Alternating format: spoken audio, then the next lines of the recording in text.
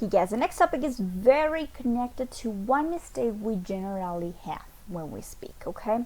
So sometimes when you speak and you use a verb as a noun, you use the verb in infinitive. So you say, for example, eat is delicious. I don't know, right? Whatever. But in this case, this it is delicious is not correct, everybody, right? Because the correct form is not eat, okay? So in this case, I'm going to tell you that the correct form will be eaten, right? And I'm going to tell you why. First of all, this eating form is called gerund, right? So do you remember that a gerund is just the ing form of a verb, right? So this means verb plus ing. But these gerunds don't mean just ando in a sentence, right? When you say like, oh, I'm eating right now, that is a verb, that is the action. I'm just explaining what I'm doing right now, but it's not the only way I use gerunds for, okay?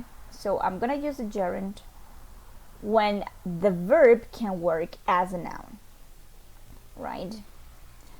So when I use the verb as a noun, not as an action, I'm going to use the verb with ing, and I have two different ways to use them. I can use them as subjects of sentences, right? Remember, subject goes at the beginning of the sentence, and subjects are basically the doer of the action, right? Or I conjugate the verb with that subject. Or I can use them as objects, which goes after the verb and they receive the action. In both cases, I'm going to use the verb in gerund, right? So for example, it's not eating is delicious, it's eating is delicious. Or in this case, swimming is a great form of exercise, okay? Or you can also say studying English is important for your life, right? So in all those cases, the gerund is at the beginning of the sentence, so the gerund is the subject of the sentence, right? Studying English, and you don't say study. The other form is when I use the gerund as objects. It means after the verb, the victim of the verb. So I like reading non-fiction movies, right? Or I hate eating pasta.